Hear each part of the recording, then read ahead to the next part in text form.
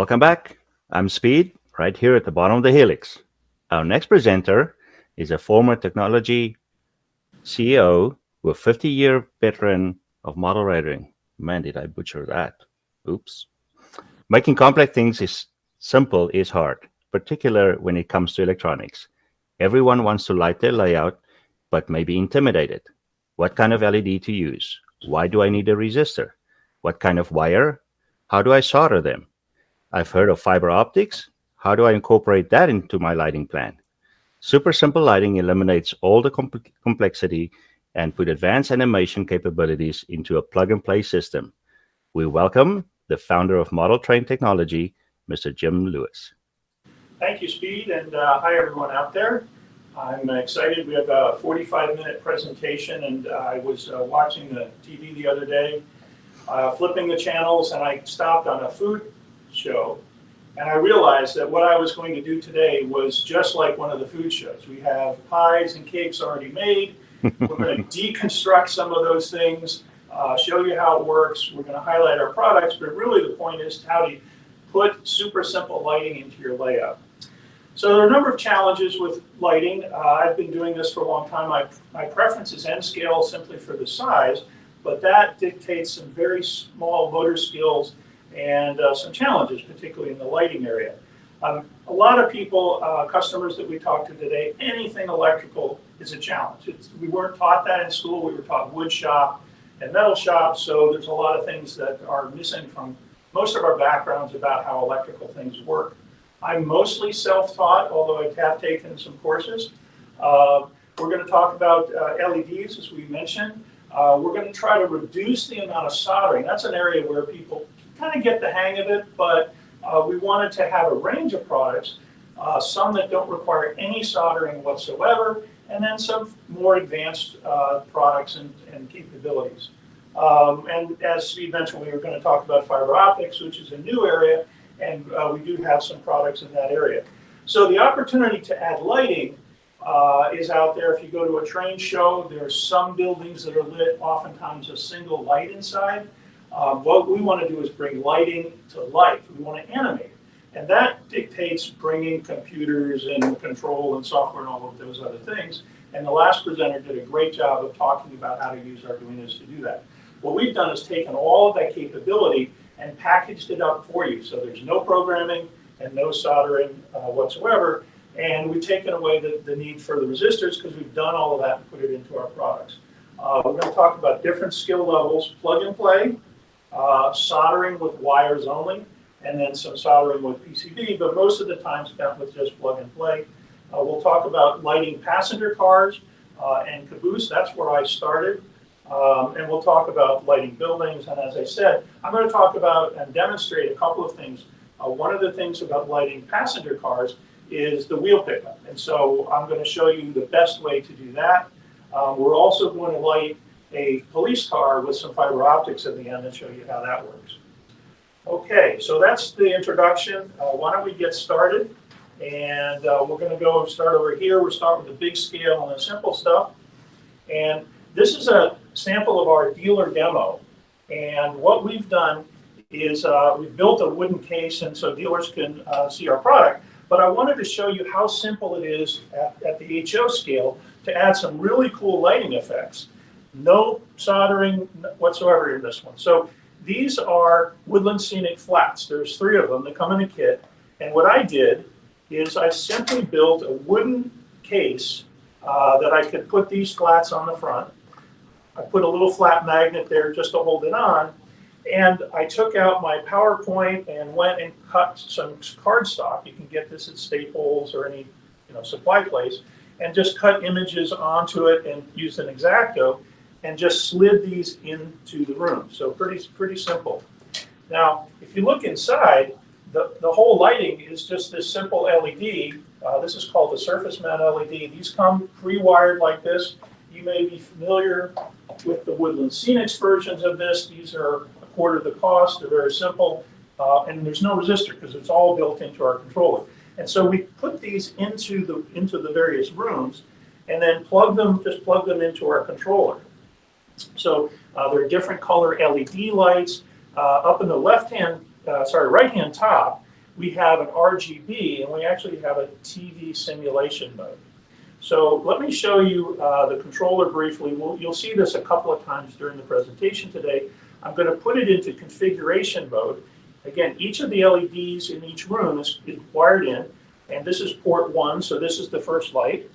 We'll go to the second light, and I'm just pushing the up and down button, third light, fourth light, and so forth, and around the horn, and you'll notice the green light.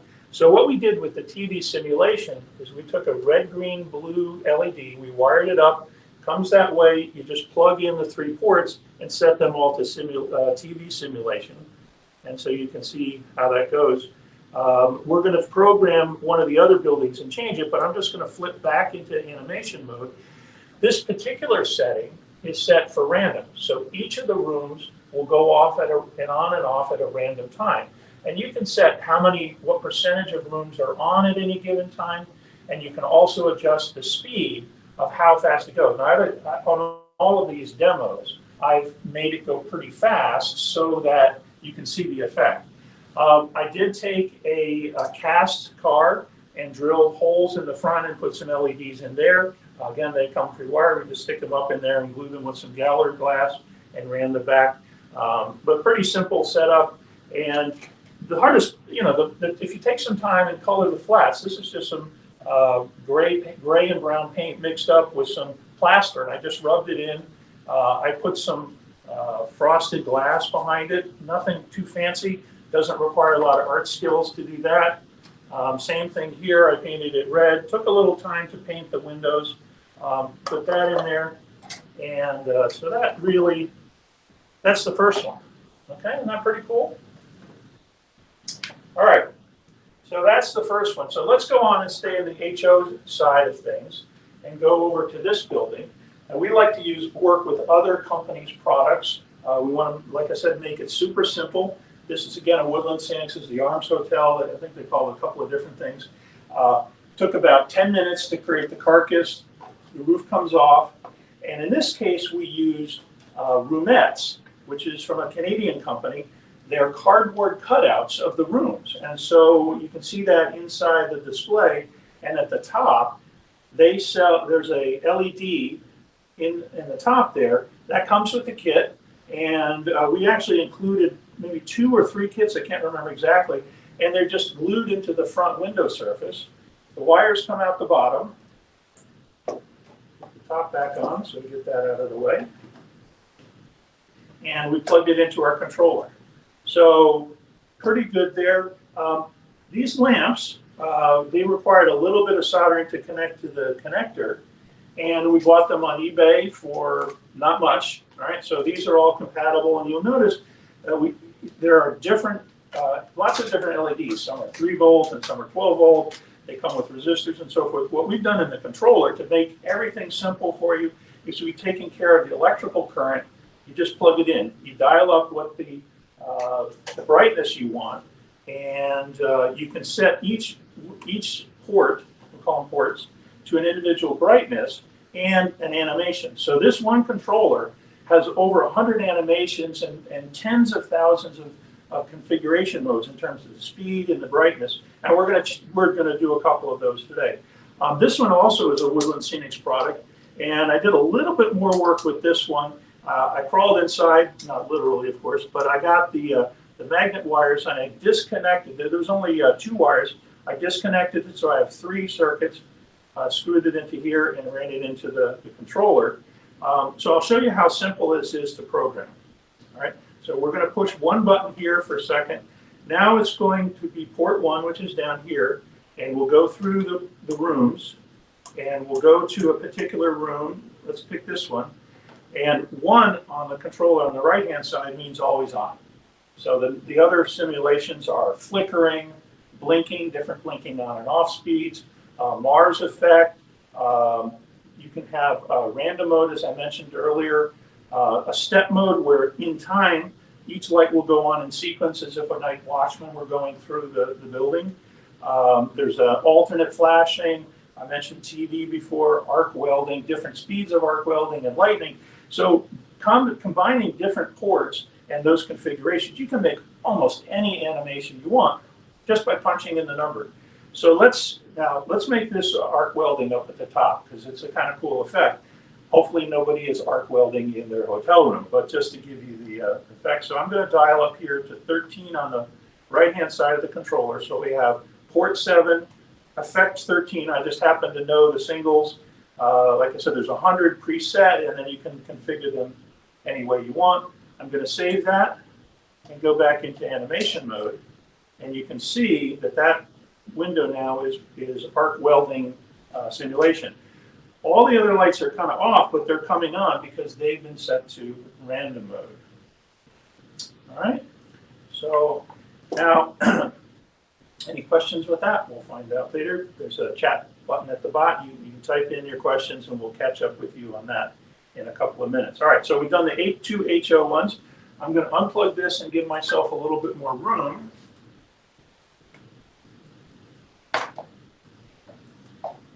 Unplug this. By the way, all these controllers have 2 inputs for power. You can only use one at a time. There's a switch, but there's a Woodland Scenics compatible plug. So if you have a Woodland Scenics power supply, that'll plug right in there. And all of your Woodland Scenics products that we showed before are also plug compatible. So the billboards, cars, buildings, whatever you have, all of that will work with the system. And this is our demo that we take to trade shows. And I mean, there's not really much to it. It takes a couple of minutes to plug it in. And so you saw when we started up the show, lots of layout, buildings and things blinking and flashing. Really brings the layout to life. And so we wanted to do that and make it super simple. All right. Okay, so the next thing, I'll talk to you about N-Scale. N-Scale is a little bit different. So as I mentioned, I started out with my Amtrak cars, and I had a layout, and they were all dark. Now these are Kato, and some of the Kato have a LED with a decoder that you can put in them. Then there's a plastic light bar that goes across the top. It doesn't light the car very well, and you can't control it. So we'll talk more about the lighting boards for the cars in just a second when I can reach over there. But we built a light board with a decoder that you can control that fits inside this car. Once we accomplished that, we said, well, wait a second, why don't we take the same principle and put it to work on the buildings? So we did that, and what I'm going to do is show you how we mastered that. I've got a couple of buildings here. Whoops, top didn't come out. And what we did is we built the building. There's nothing really inside, and we just took some styrene and built a plastic set of rooms. Pretty simple on that. We use super glue. The cuts aren't very good, but all you're trying to do is divide up the rooms so that the light doesn't spill from one room to the other. What you'll see on the top of this is a circuit board. This is the circuit board, and this is sort of in the medium scale of programming, soldering or whatever. And this fits right on top, and it's so thin it fits into the roof of the building. So this is one of the buildings, and this just fits right back in there. Live TV, I'm going to leave it like that. Here's the smallest Woodland Scenics building. We did the same thing, very simple, and the light board is set in a false back behind it. Okay, and again, we used the same chip system that we used before, the LED wires there. And likewise with the smaller Orange Hotel, you can see we just built a carcass with styrene, and the board is in the back, all right? So that takes a little bit more skill. And if you're willing to do that, and it takes a little bit of practice with the soldering, but it's okay. There are only 2 wires connected to your layout. In other words, you don't have to crawl on your layout and run and connect all of those wires, because each and every one of these boards has a DCC decoder. Now, right now, I've been running this off of just a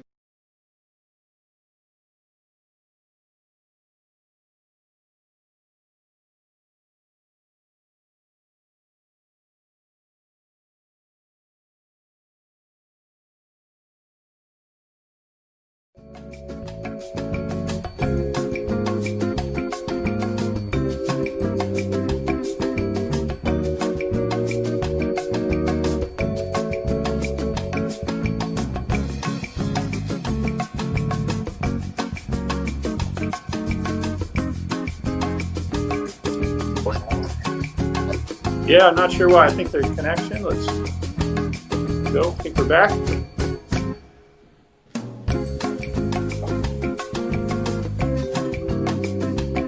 We're back.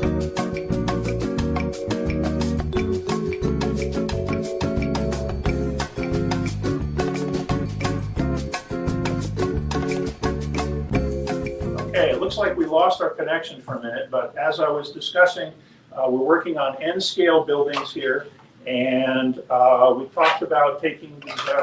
The point I was making is that there's only two wires connected to the DCC system. We're using Digitrax, and we can control the systems. I'm going to, so this will be decoder 10, and so we'll pick up 10 here. Oops. We'll go 10, enter. And so now you can see I'm just pressing F0 for the light, and you can see there we have a couple of built-in commands. We can pick and control each and every room. See that? Which means that if you have JMRI and you dial up a building, you can turn any individual light on and off. So that's really fantastic. And you can also program and adjust the brightness or any of the configurations or any of the animations remotely. So once the building is out on the layout, you've still got full control of the building. All right, so that's, we'll move right along here. Put that aside. And now we're back to the cars here. And I wanted to show you, so we have this light board. There are only 2 wires that come from it, and it's inside the car. And we can control these. We have it for HO, so let's do logo 3, enter. And so we can control the brightness. We can fade it up and fade it down. And we have a couple of customers who asked us to do installations. We do installations. And after 4 or 5 of these, he looked at it and said, hey, that's not so hard. I just have to connect 2 wires. And we showed him how to do that. And so this is definitely a project that you can do. We made a smaller version that works for caboose, fits perfectly inside an N-scale caboose. And you also see on this car we have some LEDs on the back, and that is logo 4. Okay, and so you can turn and control the LEDs on and off. So that's really cool. So now we've got a layout where when our cars move, we can turn all the layout lighting on. We can turn the rear lights on and off, and of course I mentioned the caboose. All right, so that's with that one. And that one, let's just show you a couple of other examples. Here's a vintage car, and we do have different lighting. So depending on what your needs are, if you want to do vintage or not, here's this one's great because it's got magnets to hold the roof on. And you can see that the board is just sitting on top there. And let's dial in logo 3. And you can see the lighting, very simple. And that just goes like that. All right, now this car does not, so this is a Kato car. And as you can see, it has built-in wheel pickups. All right, so there's an electrical connection inside, and we just connect up to that. We often use copper tape, which is double stick the wire in. So in that case, no soldering at all, and that works pretty well. And so this is also Kato, which has the wheel pickups. This one is not, and so we use something called floating brass, where we have something. We've tried all the different kinds of connections. A lot of the systems require you to attach the metal to the truck, to physically touch it. And what happens is that binds the axle and it creates resistance, and there's also a limited amount of pickup. So what we did, this is a little bit bigger view, is we have this single brass piece that connects between the axles. It's not attached to anything, and there's a wire soldered to the bottom of it, and that just goes through the car body and attaches to the board. So we thought, and we'll see how this goes. This is a Walters 85-foot car. This is one of their less expensive cars. And this is how you can take something that's relatively inexpensive and make it cool. Right? So this has a pretty simple system, double insulated, so we couldn't use this the way it is.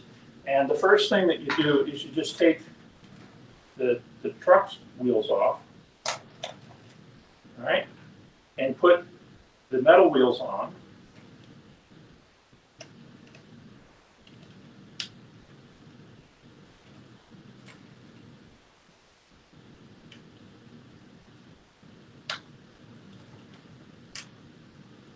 Okay. Further in. There we go.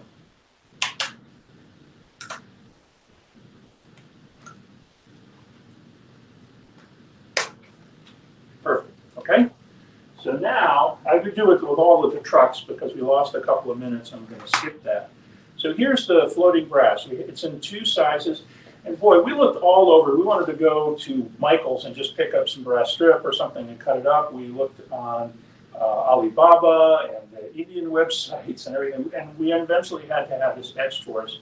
So it's the right thickness, the right tensile of the metal, and so forth. And the way you do this, so you drill a hole right here into the truck, and this brass will just fit in. If you can see that, do I need to hold it up? So I'm going to run the wire here.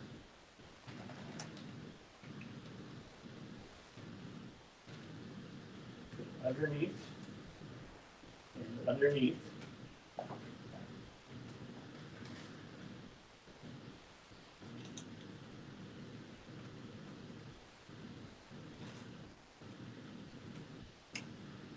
And all I'm doing is wrapping the brass part around the axle on that side. See that? And then I would do the same thing on this side.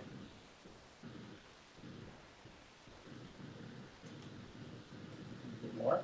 There you go, and then this would connect up with the circuit board.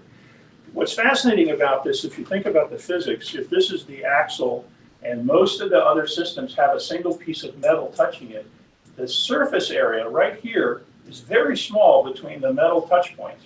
By wrapping the metal around the axle but keeping it loose, you get a lot more surface area. So we did that, and then we added some anti-flicker and some capacitors onto the board. So that combination creates a really reliable lighting system for even the least expensive car. So we really encourage you to give that a try. Okay, I'm doing on time. We're about 25 minutes in. Okay, so I wanted to show you a few more demos on the device. Here's another version of it. Put this in. And just show you some of the lighting effects that are available. So I have these test boards and the clips. In fact, some people said, oh, Jim, I like your device, but I don't like the JST plugs. Is there another way to do it? Yes, there is. You just have terminal screws. And the way we've spaced it is you could just plug these in and use any kind of LED wiring. Just plug it into the screws, so you don't have to solder anything. All right, so that's a pretty good way. Let's go back here. Now, what I've done is I've programmed all of the ports to be the step function I showed you before, and as you can see, it's going back and forth. You can speed this up. You can say, all right, I only want 3 or 4 of these lights to be blinking at any one time. And what I'm going to do is I'm going to put it into, I'm going to stop that mode, and I'm going to go to a light over here. And I wanted to show you the brightness and dim setting, all right? So I'm going to push this button, and now it's set for 10 out of 10% lighting, and we can go up all the way to 100, or we can go down and make it less bright. All the way down to, okay? So you can, now, whatever you set, each of these works independently, and you can just save it, and that's it. So if out in your layout, if you have different products, like I showed you before, the lampposts, for example, that are from a different company, and you want to balance the lighting between all of these, then this is the way you can do that. Okay. Let's do one or two other animations here. Let's do these to make these alternate flash. Let's go back to here and set this to animation 8 and save it. Go to the next pin and set it to animation 8. So animation 8 is alternate flashing, and you'll see in a minute when we get to the fiber optics how that becomes important. All right, so we're going to save that. So now we'll go back into run mode, and you can see that these two lights are alternate flashing, and the other lights are doing what they were doing. So every single port can be doing a different animation. So it's essentially several hundred different of those little one-purpose animation boards, all built into a single controller, also with the ability to adjust the brightness. And as I said before, every one of them comes with a DCC input. So even our controllers here can be controlled by your JMRI or simply by your control system. Okay. All right. So I think we're good on that. Let's check how we're doing on the list. Okay. All right. So let's go to the next step, which is fiber optic.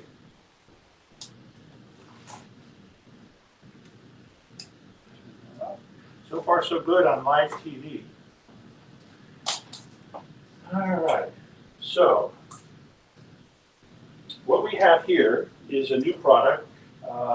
We collaborated with another company that's in this business, Marvin Enterprises, to make a fiber optic lighting system.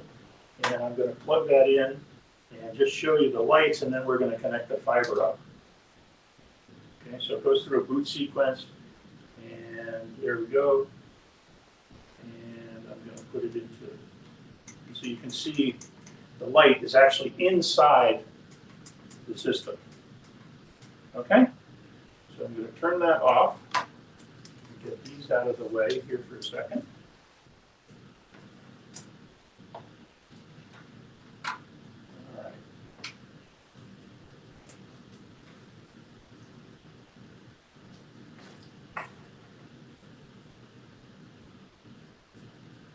Okay, so the first thing that we're going to do is put in our fiber optic. So if here's a fiber optic cable, you can get this anywhere. And it comes in three sizes that we use: 0.75 millimeters, 1 millimeter, and 1.5 millimeter. And we have pins that fit those different fiber sizes. And you just slip the wire in and put it in the hole and give it a little twist. That's it. It's pretty firm. And we'll do that the same for this one. Let's see if I can get one that's the same. Yeah, that's good. All right. So now what we're going to do is just, we want to trigger this, and we want to hook this up. The purpose of this demo is that this would be a gate crossing. And so we want these to alternate flash, but we need to trigger it somehow. So this controller has 8 input ports for detectors. It has 8 ports on the outside and 3 animation. So it's on, alternate flashing, or blinking. Those are the 3 for this particular one. And we've used all sorts of detector systems, and we like this one's from Iowa Scaled Engineering, pretty good. It has a photo IR sensor that you put up through the layout. Azatrax makes some products that all work fine with ours. We wanted one that was even simpler that you could do from on top of the layout. So we're coming out with a detector. This is the detector, and it simply slides under the track. So this is N-scale track, and it just slides right under. You need power, and so the controller comes with power. You just plug it in. So there's 2 power sources here to run detector. We've got this adapter. We've got port 1. We programmed in or wired in, right? So when the train goes across this section, it will turn on. Now, there are 2 or 3 different kinds of detector. Photo type, which is the infrared type. The other kind that a long time ago was prominent and then faded away because it was driven on reed switches, which is a mechanical magnetic sensor. This is a solid state magnetic sensor. And when we turn this system on, what I've done is connected that sensor to both of the first 2 input put ports. So when I run the train across that section, it detects the layout, right? So you can put and the magnet is inside the boxcar. These are the magnets. You can get them as well on Amazon or eBay. There's 1 millimeter size and there's 2 millimeter size. These are 8 millimeters across. Anything that will fit. We put one into the fuel tank of this car, and so it will go. So you can see, I'm just going to slide this back across. And because this is a solid state, this is this is state-of-the-art technology. If you have a track and an engine that close, it will only detect the train that's directly above it. So we're using a lot of technology that's inside your iPhone, as a matter of fact, and this is one of them. So this is very, very cool. And there's the fiber optic. So that's pretty cool. This is a fiber optic only device. You can get it from us or from Dwarven Enterprises. Michael Gross is going to talk more about that at 7 o'clock this afternoon. Great presentation, all sorts of things to do with fiber optics. All right, so that's what that is all about. And so we have a couple more things of show and tell. I'm going to unplug this and put this off to the side. I'm going to bring back our other controller, and take these connectors off. All right, and as I said, we can just plug in any kind of. Let's put it on port 3. And turn it on. Move this out of the way. And there we go. So that's the wired type, and a lot of the layout buildings and things that we showed you earlier are driven by that. Okay, move this out of the way. What we now have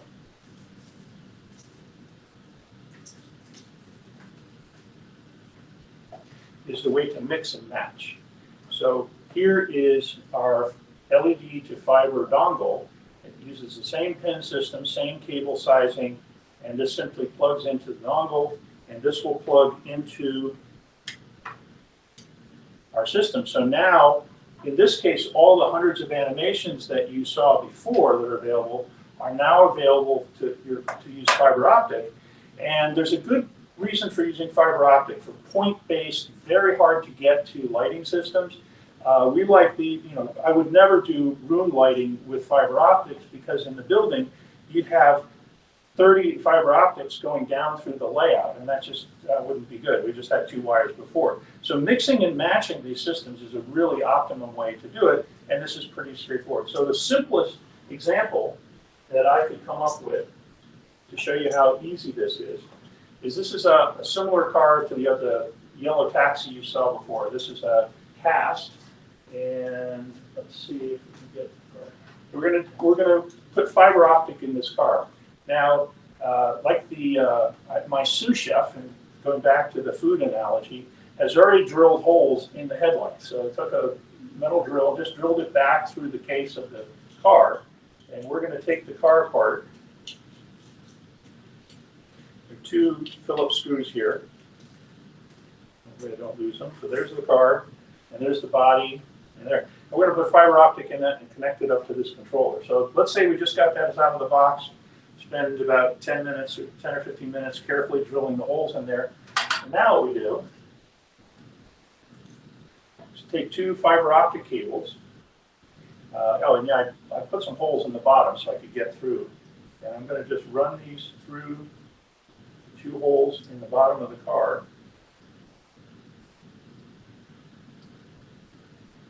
There we go.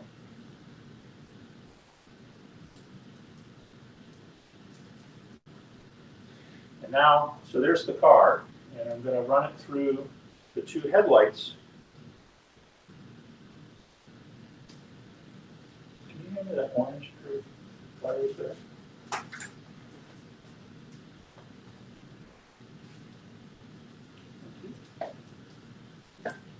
The Adams family thing comes out. All right, there's one fiber optic through the hole. And there's the other fiber optic through the hole, and I just put I just push extra through because it's easier that way. put the cap back on. So those are going to be the headlights. See that? These are going down the back. We're going to screw it back together.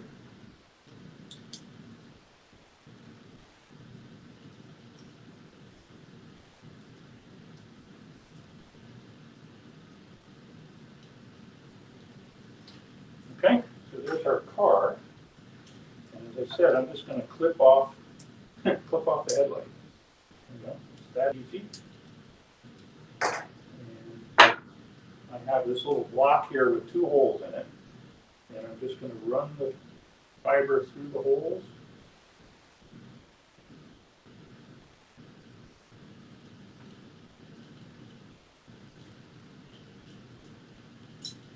Okay, so imagine that sitting on our layout. And we're going to take these 2, I think we've got a couple of different colors here. So we're going to take this one and plug it in here. Let's go with this. Yeah, let's go with these.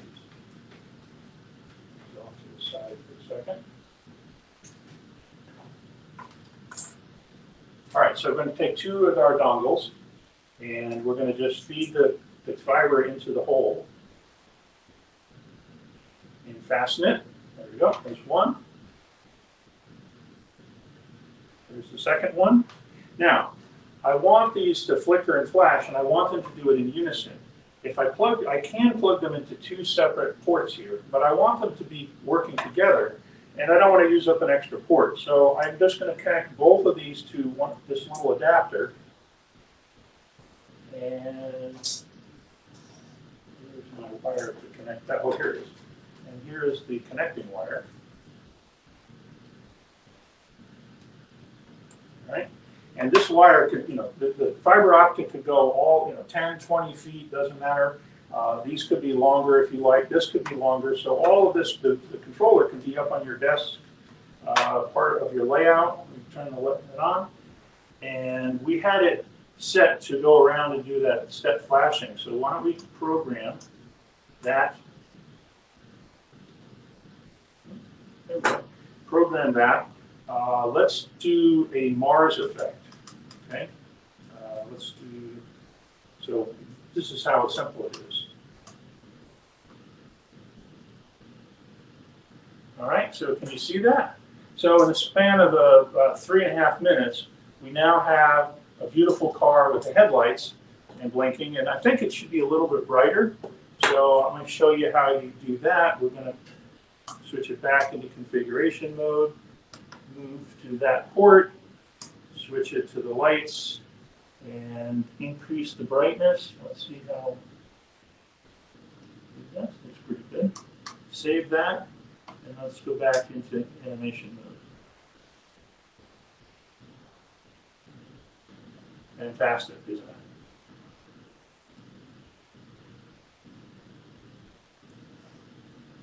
Okay.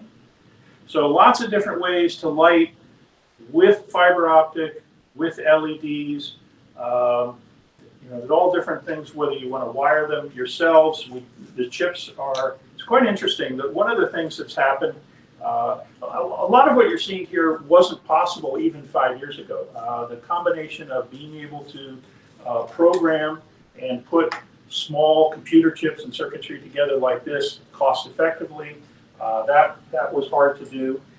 These are surface mount LEDs, and the only way to attach them, you can't solder them because they're very thin plastic and you'll just melt them. So what you have to do is you have to put a mask of these on with solder paste, and then the machine puts each of the LEDs on and you bake them.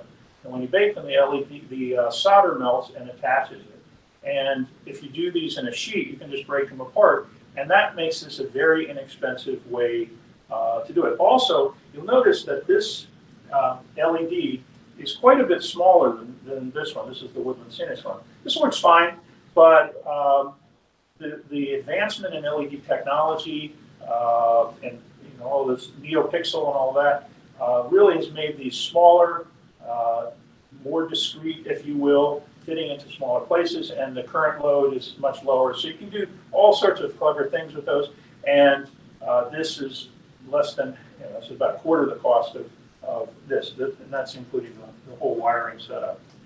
All right, so I think there are a couple of things I skipped on the display.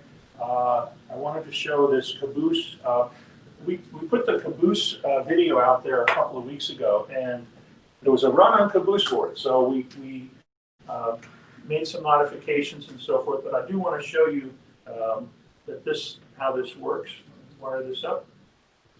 Got about 5 minutes or so to go here. There you go. So that's using the same caboose board, and I'm simulating this. I'm trying to show you that the light is not flickering. So that's really the key thing here. And as I'll show you here, I'm rocking it off there it is. So you can make a caboose board. There's the board, wired up, put the metal tabs in there, and you're ready to go. Okay, so I guess the only other thing that we didn't show and just talk about for a couple minutes while we're wrapping up the last 3 minutes or so here. Our first efforts of making a case, we're down in Orlando, Florida, and we wanted a case to go around the circuit board. We wanted to put some buttons on it. So we had the circuit running and the buttons, but we didn't have the case, and that's not quite our expertise. So we found a designer down here that makes the iPad surrounds for Disney. So if you've ever been to the parks there, if they're looking at an iPad, it's not an iPad. It's got something, the Star Wars theme or something else around it. So he helped us design this case. We thought, great, okay, so how do we produce these? Well, this one was produced using an urethane process in molds. That produces 3 parts, and bring this back here for a second. And it costs about $30 a piece. I said, oh my gosh, the electronics don't cost that much. Why do we need a case that costs so much? So they said, well, why don't you inject it, use plastic injection? That'll bring your cost down to 90 cents. The problem is you have to make thousands of them in order for that to break even, and we're not quite to the thousands of units yet. So after a lot of experimentation and practice, we went to 3D printing. So we have a 3D printer that produces this case. It produces actually the 3 pieces in 12 hours. And so we just have this lined up and then banging away. It's a 2-piece part, and it's really fantastic. And so we can, our whole goal was to bring super simple lighting to the masses, to anybody that wants to do it, doesn't want to learn electrical wiring or any of that sort of stuff. And we want to make it cost effective. So that was one of the ways that we did it. So we had to learn about 3D printing. And so that's the way cases are made today. It's kind of an interesting process. It comes out of a resin upside down, and a light, ultraviolet light, touches exactly a spot in down to 25 microns in size. That's smaller than human hair. And when that light touches that piece of resin, it hardens it. And so there are repair kits you see online that use the same thing. You put a little dab of clear glue, and then you put an ultraviolet light on it, and it hardens up. So that's the 3D printing. And that allows us to do experimental and practice things. This case that goes over our detector was 3D printed. All right, so that's how that product is made. So now we can do a lot of clever things. And the one thing I didn't show you that we learned in the process, and this is sort of off the topic of super lighting, it's just how things are made. You notice there's a slot here, and we had a slide-on bracket. We thought that was pretty cool. Well, it turns out that making something with slots in plastic injection is complicated because you got to get the part off, and so the pieces have to separate. So that added to the cost. So after some more experimentation in the shop, we came up with just a simple flat piece of bracket, which has magnets. So you can see that. And all of our light controllers, the fiber optic light controller, as well as this LED scene controller now have these metal brackets, magnetic bracket, and so you can just pop it off. So that's really cool. So we constantly are inventing ways to make it simple. We're super excited about the fiber optic system that we now have. And then, of course, since we can do, I know where I was going with this, since we can do 3D printing, you can change resins, and we can now produce a clear case using the same technology. So it's pretty cool. This comes out kind of frosted when we take it out, and we lightly buff it and then spray it with clear coat like you'd find in your car, and that gets rid of all the ridges and makes it see-through. So there we go. We're right about at 45 minutes. And Speed, I can keep going, or I can respond to questions, whatever you think is best. I have a few questions if you don't mind answering them. Does the customer need to add any resistors to the in-car lighting? Yeah, it's coming through very scratchy. Give me 1 second.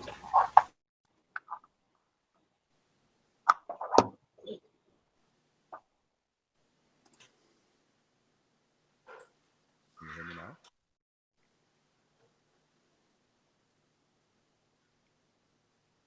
Jim, can you hear me? Yes. Does the customer have to add any resistors to the in-car lighting systems? No, all of the boards have a resistor for each and every one of the LEDs, so that's already built in. The only thing that's you do is you solder. These are our sample ones, but you just solder 2 wires. The keep alive, the capacitors, the flicker control, the decoder, everything is on the board. And then at this end, just as we're getting into it, there's a little hardware push button switch, and you can push that to reset the board. I know in a lot of cases, I don't know that the board decoder board's working. You can reset that. But anyway, the answer is that all of the resistors are on the board. It just comes like that. You double stick tape it, put it in the roof, and connect those to whatever contact for the wheels. And it's decoder address 3, and it just comes on. So what decoder address range do you allow? 4 digits? All of the NMRA, short and long addresses. Okay. Is there an easy way to pick up the power in N scale?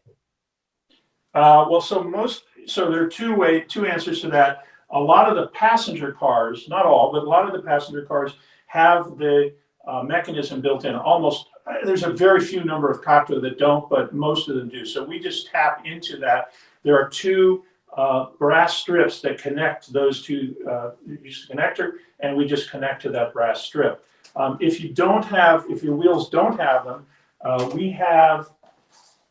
This is the HO version, but we sell the brass strip. This is HO, but we sell the 1 millimeter size. This is an N-scale caboose, and that's how we got the electrical pickup for this. And this will work on any N-scale product. Okay. I believe you answered the question. Someone wants to know if you have a keep alive in there to prevent flicker. Yes, we do. Yeah, and in fact, one of the things that we've added, we've got 2 things that we've added. Again, working with customers. I mentioned the switch for resetting the board. Well, when the board is inside there, it's kind of hard to get to the switch. So we have a little jewel. I don't see it handy. A little jewel that swings over, so you can reset the board without taking it apart. And also, the capacitor technology has also increased. I know the Apple phones, a lot of electronic products have capacitors now that have tremendous capability. They're a little bit pricey, but our price is down in volume, and so we call it the super cap. And so you can add a super cap to this as well. And one of the challenges in using super caps is they keep the electricity alive. When you program this on a programming track, if you don't do it right, that will disrupt the ability to program, read and write CVs. But you can program this car on the main line. You don't need to put it on a programming track, and you can also set the address on the main line without a programming track. So you don't need a programming track whatsoever to run this. And of course, the super cap, back to the key question, really helps with dirty track and so forth. I mean, we've been running both the N-scale clubs and the HO clubs in our area. Really terrible environment because the track's always dirty, and we've got great success. So that's combination of that and that floating brass creating more physical touch points, more surface area connecting with the axle, which was one of the main problems. That and the torque problem. Actually, there's a whole discussion probably on that, but I mentioned the touch point this way. Well, one of the things about those is the pressure that that puts on the wheel really creates drag. And if you want to have a lot of cars in your train, all with these metal things pushing on the axle, the train's going to get very heavy. When the brass is floating and touching like that, there's almost no friction. There is some friction. You're going to pick it up a little bit, but it really works well. The other thing about pressure is it tends to bind the wheel in the pin in the truck, and that also adds to friction. So by this floating system, we got rid of all of those things. It's just a simple piece of brass. So sometimes the simplest solutions are best. You know, or you would know, can you dim the caboose light? Yes, yes. All of the products have. Let's see if I remember the code for that. I can. Would you like me to demonstrate? Never. Let's see if we can do that. And actually, this caboose. Let's see. We got that connected.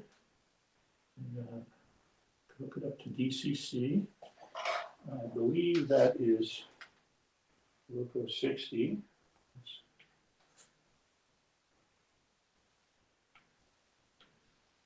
There we go. Wow. Okay. So let's put it on to, so it's on address 60.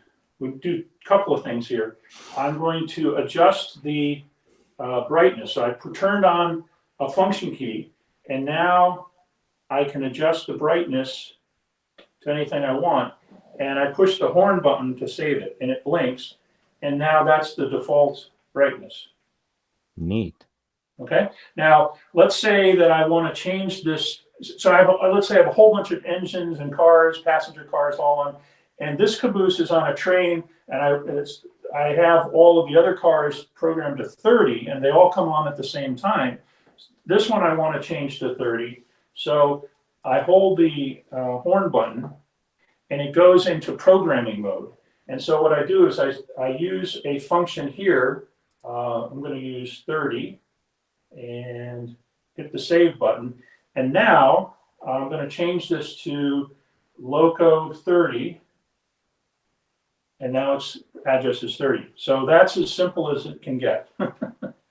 and using that method, you can only have addresses up to 2,000, but if you do put it on a programming track, you have the whole NMRA up to 10,000 long addresses. And that really is just, that actual number is dependent on your DCC system, Digitrax versus NCE versus others, slight variations on that, but fully NMRA compliant.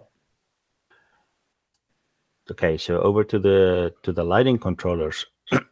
Is there any sequencing for building lights? So each of the 16 ports, I think if I understand your question, each of the 16 ports can operate independently, or you can program them to work together. So for example, the thing we did earlier, any two adjacent ports, whether they're odds or even, it'll be odd and even, but it could be any two adjacent ports can do the alternate flashing. The next pin could be blinking. The next pin could be arc welding. The next pin could be blinking again at a different speed. So every single pin, so think of it as 16 separate controllable, programmable ports, each with any one of the hundreds of animations and speed adjustments. And also, so there's 100 preset speeds that we give you. So you don't have to get mired in programming CVs and all that. So we have a chart. So for all of the basic behaviors, you can pick a number. So all of the 60s are the random, and you can choose a number like 63, and that will be a certain kind of amount of randomness and so forth for blinking, flashing, and all of those kind of things. You can program it from a programming track, so you can plug this into DCC and act like a decoder and find the CV that's appropriate for changing that behavior. So we give you that map. But actually, I got tired of doing and switching wires and moving the thing around. So what you can do on all of our controllers is you can put it into CV programming mode. All right, now the CV programming mode. So this is CV 112. And so I can go to the chart and say, okay, I need to know what CV 120 is. And I can act like the encoder and find the right, and then you can program it and change the value of that CV to whatever you want. Okay. A few more short questions. Is there a Yep. maximum wire distance for the controller LEDs that you recommend? Not practically. I think 30 or 40 feet is about as big as anybody's layout. If you're going to have a bigger club layout, you'd probably spread out the controllers. The fiber optic almost has no limitation on distance. So, hundreds of feet worth, you'll get very little drop off in the light that goes into the fiber optic versus what comes out the endpoint. But, I'd use lightweight, low gauge wire for the LEDs. But no practical limitation. Is there a maximum current the controller can provide to each LED Yes, panel? each control. Yeah, good question. I should have mentioned that. Each controller has a support for 1 amp, and each port is up to 100 milliamps. However, you can't have all 16 ports at 100 milliamps because that'd be 1.6 amps. So you have to balance that. Some will be more, some will be less, and that's perfectly okay. The controller takes care of that. Also, you can have up to 4 LEDs on a single line. These are in parallel, and so you can ramp up the current and voltage to accommodate the device will do that. But and we have tested this with 64 LEDs at a lower voltage balanced across, so it will support it, like I said, up to that 1 amp capacity. Okay. 2 more questions. Why did you go with a brass strip and not nickel silver? It's easier to bend, and it was easier to work with, solder, all of those sort of things. Cost is a factor as well.